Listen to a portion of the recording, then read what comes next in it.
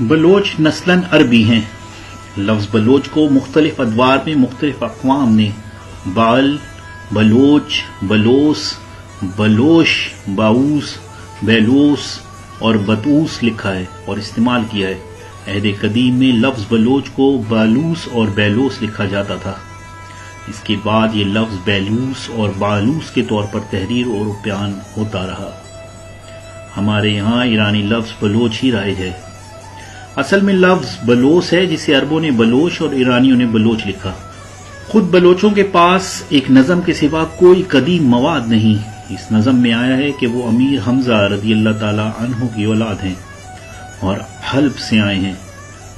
شاید یہی درست ہو، اور اس میں مزید یہ بیان ہوا ہے کہ انہوں نے کربلا میں حضرت امام حسین علیہ السلام کا ساتھ دیا تھا اور ان کی شہادت کے بعد وہ بامپورہ یا بھمبور پہنچے اور وہاں سے سیستان اور مکران آئے۔ بلوچوں کا دعویٰ ہے کہ انہوں نے نہ صرف کربلا میں حضرت امام حسین کا ساتھ دیا بلکہ ان دنوں جبکہ رسول اللہ صلی اللہ علیہ وآلہ وسلم مکہ میں بے یار و مددگار تھے تو بلوچوں نے اپنے قبائل سے 5 بہادر منتخب کر کے رسول اللہ صلی اللہ علیہ وآلہ وسلم کی حفاظت کے لیے بھیجے۔ اس بات کا پتہ بھی ہمیں بلوچ نظم سے ہی چلتا ہے۔ فردوسی نے شاہ نامے میں 3 بادشاہوں کے عہد میں بلوچوں کا ذکر کیا ہے۔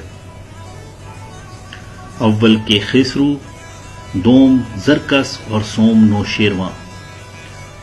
عہد کے خسرو جو کہ 532 کافمیم کے آس پاس ہے۔ بلوچ بحر خزر کے جنوبی ساحلی علاقے اور کوہ البرز کے دامن میں رہتے تھے۔ ان میں جو تھوڑے متمدن ہو گئے وہ حکومت اور فوجی خدمت کرنے لگے۔ زرکس کے عہد میں بلوچ ایرانی بادشاہوں کے دربار میں اعلیٰ عہدوں پر فائز رہے، لیکن بعد میں بلوچ ایرانی بادشاہوں کے لیے خطرہ بن گئے۔ اس لیے انہوں نے نہایت بے دردی سے ان کے خلاف جو مہم بھیجی تھی، اس کا تذکرہ فردوسی نے شاہ نامے میں بڑی تفصیل سے کیا ہے۔ گمان ہے کہ اس مہم کے نتیجے میں بلوچوں کی قوت اس علاقے میں ٹوٹ گئی اور مجبوراً جنوب و مشرق کے پہاڑوں میں جا کر رہنے لگے۔ لیکن ڈیمز نے اپنی کتاب دی بلوچ ریس اور گینگو وسکی نے اپنی کتاب پیپل آف پاکستان میں قیاس کیا ہے کہ سفید ہنوں کی یورش کی وجہ سے بلوچوں نے بحر خزر کے جنوبی پہاڑوں سے کرمان کی طرف کوچ کیا۔ بہرحال اس سلسلے میں کوئی بات وثوق سے نہیں کی جاتی کہ کرمان کے بلوچ خانہ بدوشوں کا ذکر عرب سیاحوں، مورخوں اور جغرافیہ نویسوں نے بھی کیا ہے۔ ڈیمز نے بلوچوں کی ہجرت کے بارے میں اپنی کتاب دی بلوچ ریس میں لکھا، یہ بات قرین قیاس ہے کہ بلوچوں نے 2 مرتبہ نقل مکانی کی ہے اور دونوں بار ہجرت کی وجہ سے ایک بڑے علاقے میں نئے فاتحوں کی پیش قدمی تھی۔ پہلی ہجرت اس وقت ہوئی جب فارس میں سلجوکیوں کے ہاتھوں ویلمی اور غزنوی طاقتوں کا خاتمہ ہوا۔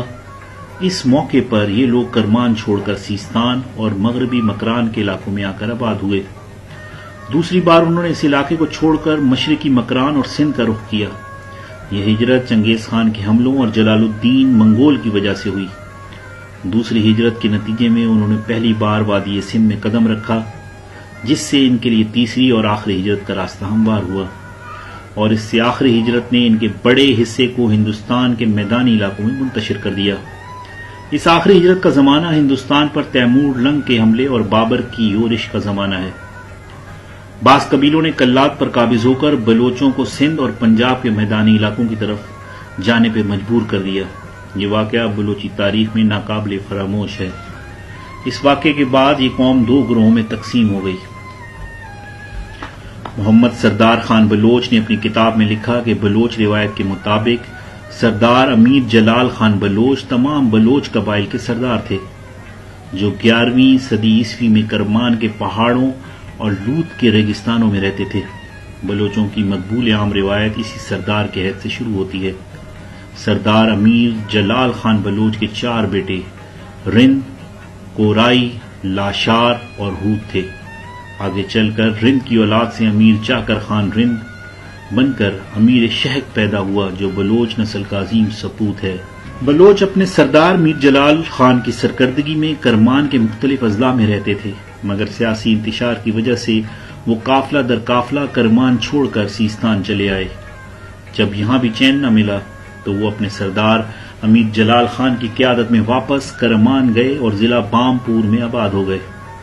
پھر زردار جلال خان نے اپنے 44 قبیلوں کو لے کر مکران کی طرف بڑھا اور یوں مکران کو بلوچستان کا نام دیا۔ اس کی آمد سے پہلے مکران پر مغول حکومت کرتے تھے۔ بلوچ سردار نے شکست دی، جس سے مقامی آبادی کی وفاداریاں بھی انہیں آسانی سے میسر ہو گئیں، کیونکہ مقامی لوگ مغول کے ظلم و ستم سے تنگ آ چکے تھے۔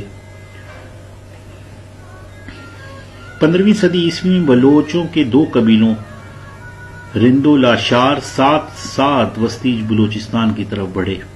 جو لوگ ان کے مقابلے پر تھے یا تو وہ قتل کر دیے گئے یا انہوں نے اطاعت قبول کر لی۔ آخر میر چاکر خان رند کے عہد میں سارا بلوچستان بلوچوں کے قبضے میں آ گیا، وہاں ان کی حکومت قائم ہو گئی۔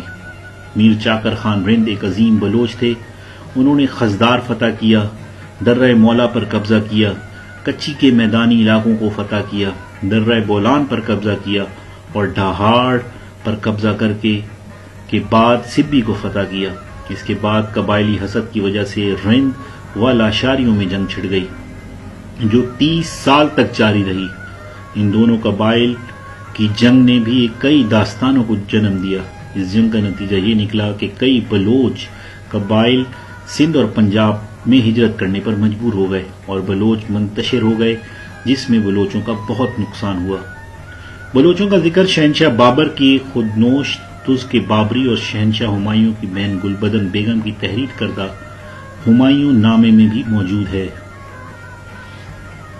شہنشاہ بابر نے لکھا کہ میں نے حیدر علمدار کو بلوچوں کی طرف بھیجا۔ بھیرے اور خوشاب سے دوسرے دن بلوچ گھوڑے کی ڈالی لے کر آئے اور اطاعت کا وعدہ کیا۔ بلوچی زبان بلوچ قبائل کی زبان ہے۔ ہند یورپی خاندان اسنا کی ایک شاخ ہند ایرانی جو مروجہ فارسی سے قبل رائج تھی کی ایک بولی ہے، اور پاکستانی صوبہ بلوچستان، ایرانی بلوچستان، سیستان، کردستان اور خلیج فارس کی ریاستوں میں بولی جاتی ہے۔ بلوچی ادب کو 3 ادوار میں تقسیم کیا جا سکتا ہے۔ پہلا رند دور جو 1430 سے 1600 تک کے عرصے پر محیط ہے۔